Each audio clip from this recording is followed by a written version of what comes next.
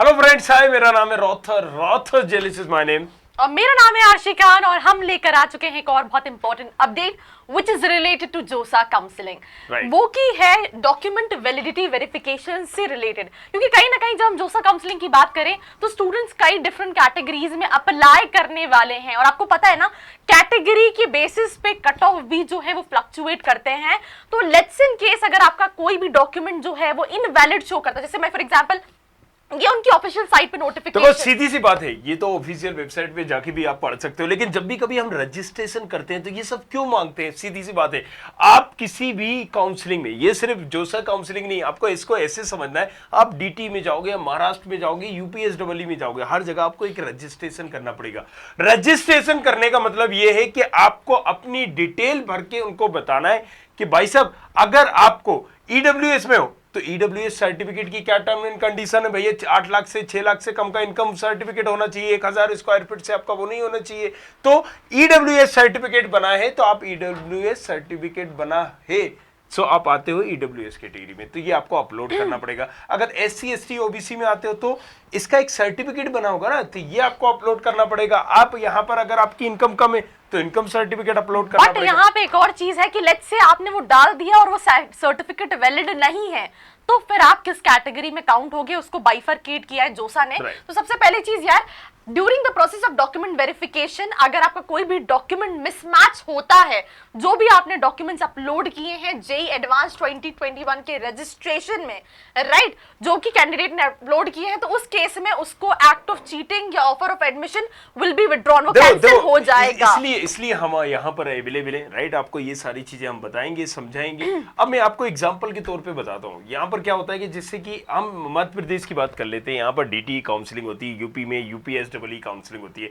सो अगर आप यहाँ पर एनसीसी में अप्लाई करना चाहते हो, क्योंकि एनसीसी का एक कोटा है, yes, absolutely. अब आप उसमें अप्लाई कर रहे हो तो वहां पर आपसे मांगा जाएगा कि एक बी सर्टिफिकेट चाहिए, हमें एनसीसी का बी सर्टिफिकेट चाहिए। अब आपने अप्लाई तो कर दिया, लेकिन आपके पास था ए सर्टिफिकेट, बी सर्टिफिकेट था ही नहीं। सो इसका मतलब क्या है कि चाहिए क्या था? बी। आपके पास क्या है? ए। आप सोच रहे हो हमारे पास एनसीसी है, चाहिए था ही नहीं वो ए, चाहिए था बी, राइट। सो यहाँ पर ये सारे कंफ्यूजन डाउट्स हम आपको क्लियर कर देंगे।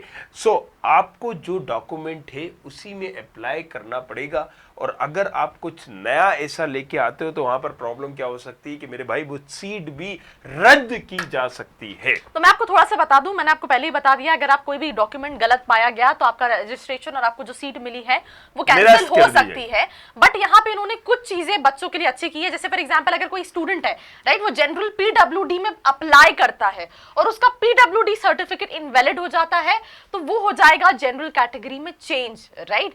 वेयर अगर कोई जनरल ईडब्ल्यूएस वाला बच्चा है, उसका यहाँ पे पीडब्ल्यूडी लिखा हुआ है जनरल। लेकिन यार सीधी सी बात है कि कोई पीडब्ल्यूडी में होगा, राइट, और वहां पर पीडब्ल्यूडी और जनरल कैटेगरी में काफी सारा डिफरेंस होता है, जैसे कि होम स्टेट और अदर स्टेट में होता है। सीधी सी बात समझना है, अगर आप होम स्टेट में अप्लाई कर रहे हो तो आपके पास क्या होना चाहिए? मूल निवास प्रमाण पत्र, मतलब डोमिसाइल। और अगर डोमिसाइल गड़बड़ है या फिर नहीं है सही, सो अब क्या होगा कि यार यहाँ पर सीधी सी बात है, मैं बार बार एक ही बात बोलता हूँ कि होम स्टेट में और अदर स्टेट में भी कई बार जमीन आसमान का फर्क हो जाता है, किसी कॉलेजेस में नहीं होता है। सो यहाँ पर ये कॉलेज टू कॉलेज भी समझना है। जैसे पटना में अगर आप होम स्टेट जाओगे, एनआईटी पटना में, और अदर स्टेट जाओगे तो ज़्यादा कुछ चेंजेस नहीं आएगा, 1000-2000 का चेंजेस आएगा। लेकिन यही आप सिक्किम चले जाइए, मणिपाल, एनआईटी मणिपाल चाहिए तो डायरेक्टली 8-9 लाख की रैंक का फर्क आता है, 8-9 लाख की रैंक। तो coming back to this thing, अगर आप जनरल ईडब्ल्यूएस पीडब्ल्यूडी हो, किसी भी कंडीशन पे नंबर्स गलत हो गए, जो डॉक्यूमेंट जिस फॉर्मेट में चाहिए वो नहीं है, तो आप जनरल पीडब्ल्यूडी ईडब्ल्यूएस काउंट होने की जगह पीडब्ल्यूडी में काउंट हो गए। और जैसे ही आप देख सकते हो कि ये सभी जगह है, अगर कोई जनरल ईडब्ल्यूएस पीडब्ल्यूडी तो सीधी सी बात है यार, देखो इसमें सीधी सी बात है कि अगर आपके पास जनरल पीडब्ल्यूडी में आप अप्लाई कर रहे हो, पीडब्ल्यूए का निरस्त क्या हो गया तो बच्चा क्या? General, right. इसका ईडब्ल्यूएस निरस्त हो गया तो क्या बच्चा? जनरल। इसका अगर ईडब्ल्यूएस निरस्त हो गया तो क्या बता? General PWD. सीधी सी बात है। अगर यहाँ पर भी वही चीज दी गई है कि अगर पीडब्ल्यूडी निरस्त हो गया तो ये बच्चा, राइट। तो कंफ्यूज नहीं होना है। अगर हम यहाँ पर अगर हम देखेंगे कि ये दोनों ही रिजेक्ट हो गए तो क्या बच्चा? जनरल।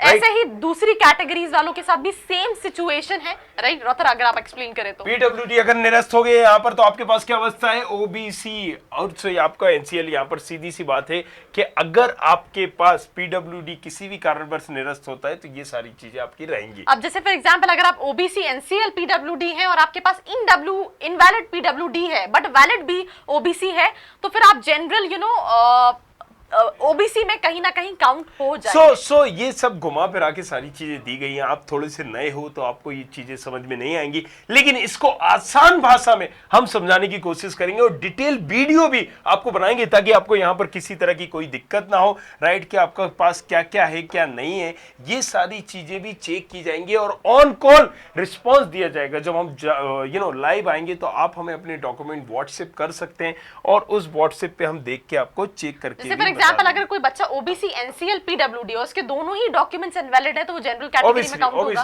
राइट। एससी पीडब्ल्यूडी है, पीडब्ल्यूडी सर्टिफिकेट वैलिड नहीं है बट एससी सर्टिफिकेट वैलिड है, वो एससी में काउंट हो जाएगा।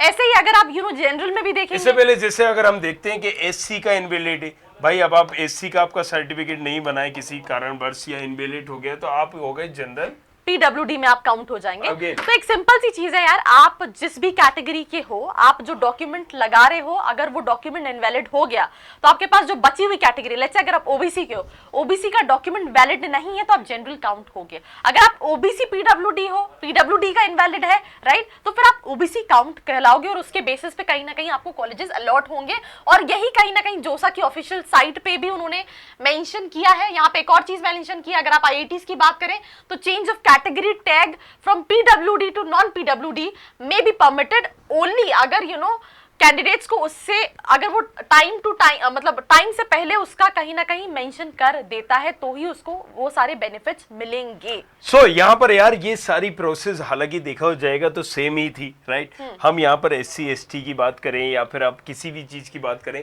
या किसी काउंसलिंग की बात करें, राइट, हम लगातार यहाँ पर काउंसलिंग करते आ रहे हैं, उसकी वीडियो देखते आ रहे हैं। आप चूंकि नए हैं, राइट, सो आपको यहाँ पर चाहिए एक मेंटर, एक जो आपको प्रॉपर गाइड कर सके और किस रैंक पे कौन सा कॉलेज चूज करना है, कौन सी ब्रांच चूज करना है, ये बेटर होगा वो बेटर होगा, ब्रांच चूज करूं या कॉलेज चूज करूं। सो जैसे कि मैंने बताया, दो कॉलेजेस में भी home state quota other state quota में जमीन आसमान का फर्क होता है, लेकिन किसी यहाँ पर में किसी एनआईटीज में होम स्टेट कोटा और अदर स्टेट कोटा इक्वल होते हैं। तो ये सारी चीजें समझने के लिए आपको टाइम लगेगा, हमारी वीडियो देखना पड़ेगी जो हमने बनाई हुई है, राइट। सो ये सारी चीजें हमारी जो है वो सिंपल सी प्रोसेस है जो हम बार बार बता चुके हैं, आपको सिखा चुके हैं, बट इसके लिए हम डेडिकेटेड वीडियो बना रहे हैं ताकि आप ये चीज समझ सकें। और कोई डाउट है तो नीचे कमेंट करें, डिस्क्रिप्शन पे जाएं, इंस्टाग्राम पर मुझे फॉलो करें, रॉथर्स जेलिस के नाम से लाइव साइव आता हूं, वहां पर मैं आपको बताऊंगा डिटेल।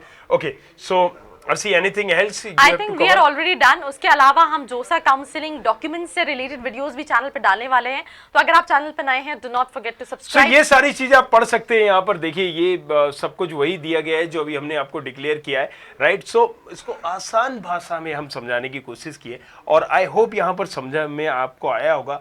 बट एक चीज आपको याद रखना है, राइट, कि डॉक्यूमेंट को ये सारी चीजों को पहले से ही चेक करके रखिए। अब ईडब्ल्यूएस सर्टिफिकेट की बात करेंगे तो अर्शी आपका क्या होना चाहिए ना, अप्रैल का बना होना चाहिए। अप्रैल मतलब 2021 का। अब अगर आपको मान लीजिए लास्ट 20 का बना हुआ है, सो ये ईडब्ल्यूएस सर्टिफिकेट नया माना जाता है, अप्रैल से माना जाएगा। नहीं है तो भाई अभी बनवा लो, आपके पास टाइम है, इजीली बहुत सारी चीजें। सो डॉक्यूमेंट में जो चीज हो, सीधी सी बात है, अगर हम भाई यहाँ पर जनरल के तो आपको फिर यहाँ कास्ट सर्टिफिकेट नहीं लगेगा, कंफ्यूज ही नहीं होना है। आप इनकम भी नहीं दोगे तो नहीं कुछ होगा। अगर जनरल में ईडब्ल्यूएस हो तो फिर इनकम सर्टिफिकेट आपको पर्टिकुलर रिक्वायर हो सकता है, right. So make sure this thing, right. यहां पर कंफ्यूज हमें नहीं होना है। एससी के हो तो एससी का सर्टिफिकेट कंपलसरी है, विदाउट सर्टिफिकेट आप एससी के नहीं माने जाओगे। एक और चीज मैं बताता हूं, अगर आपके पास ईडब्ल्यूएस है, आपने बना लिया, ईडब्ल्यूएस का नियम क्या है, 1000 स्क्वायर फीट से ज्यादा का होम नहीं होना चाहिए, 5 एकड़ से ज्यादा की जमीन नहीं होना चाहिए, 6 लाख 8 लाख से ज्यादा की आपकी इनकम नहीं होना चाहिए।